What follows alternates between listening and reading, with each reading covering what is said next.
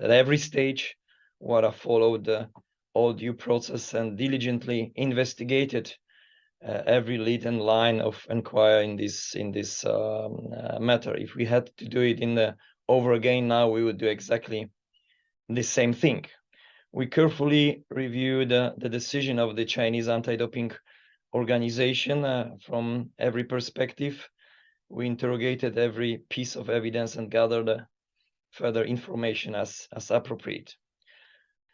We had no evidence of wrongdoing to present and no credible way to disprove the contamination theory that was accepted by China and a position that was also accepted by World Aquatics.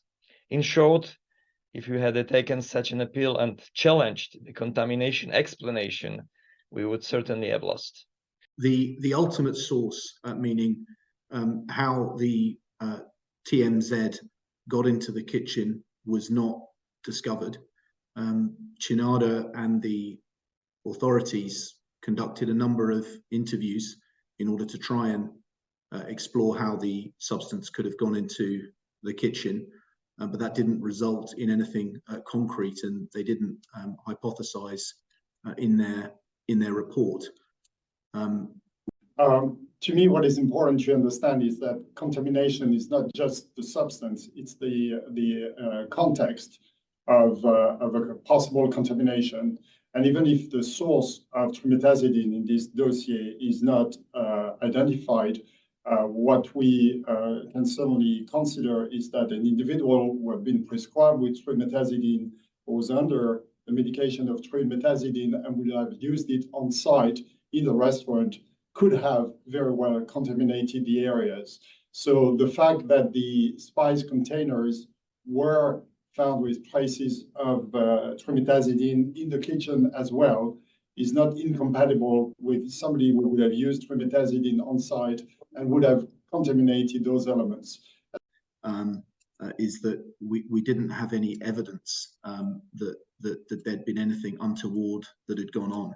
If what's underlying the question is a thesis that this might have been planted in the kitchen, and then that gave rise to the detection. We didn't have any evidence of that. And as I said before, I'm very confident that if we'd have gone to the CAS with all of the 5 or 6 elements that I mentioned that already suggested contamination as opposed to deliberate ingestion, coupled with the detection in the hotel and in the absence of in the hotel kitchen and in the absence of any evidence of any sort of misconduct of the kind that I think you might be alluding to, I'm very confident that we would have had close to a 0% chance of succeeding in establishing that the athletes had not met their burden to show the origin of the prohibited substance on the balance of probabilities. And perhaps one of the most important points is that, as I said, a number of these athletes were tested on multiple occasions. Some of them were tested on 3 occasions in consecutive days, and the results often varied between positive and negative. So positive, negative, positive, negative, negative, positive, and always at these low levels. Ultimately, these fluctuating negative positive results were not compatible with deliberate ingestion, not even micro-dosing. Again, and it's the same point that I made with respect to provisional suspensions, it is not under the code or code compliant anti-doping rules. It's not for WADA to make the mandatory public disclosure. It's not for WADA to publish anti-doping rule violations. It's for the anti-doping organization with results management authority. In other words, you are not obliged to make public disclosure unless the anti-doping rule violation has been established.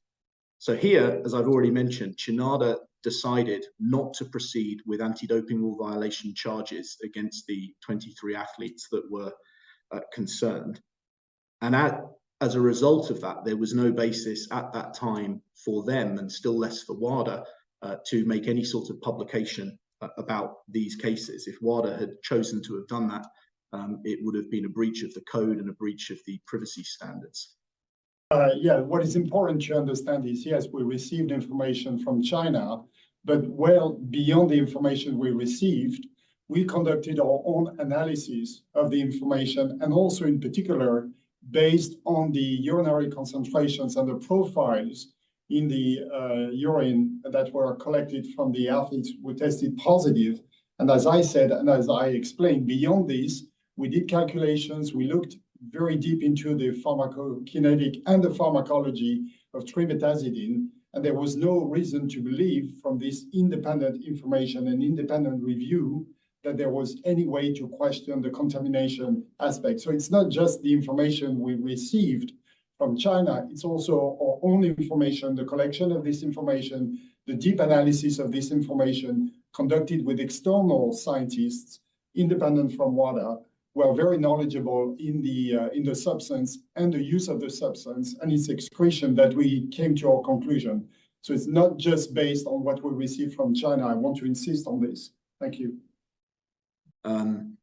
Look, I think we're going to have to wait for the dust to settle on this, and then we'll go through all of the statements that have been made, both written and oral, in terms of the interviews that featured in the ARD documentary, the statements that were quoted in the New York Times article, the subsequent statements that have been made, and we will have to go through them and consider with external counsel whether or not it merits bringing legal action against the relevant entities and or individuals. But what is clear is that some of the comments that have been made, which suggested a cover-up of doping cases for political reasons, couldn't be further from the truth. They clearly have the potential to damage WADA's reputation, and therefore it's something that we will have to go through with a fine-tooth comb and take whatever action is necessary. I think that in terms of what one can say to athletes, this is something that an explanation that WADA and not only WADA but also World Aquatics scrutinized extremely carefully. That will be clear from what Professor Rahman has said and what I've said. And ultimately, based on a number of contextual elements, factual elements, but also on the science, we concluded that this was a case of innocent exposure, that is our genuine conclusion with respect to what happened here, based on the evidence that we had then and still have now, and therefore athletes from other countries that are competing against these athletes should not have concerns. These were athletes that we have to assume were innocently exposed to trimetazidine contamination.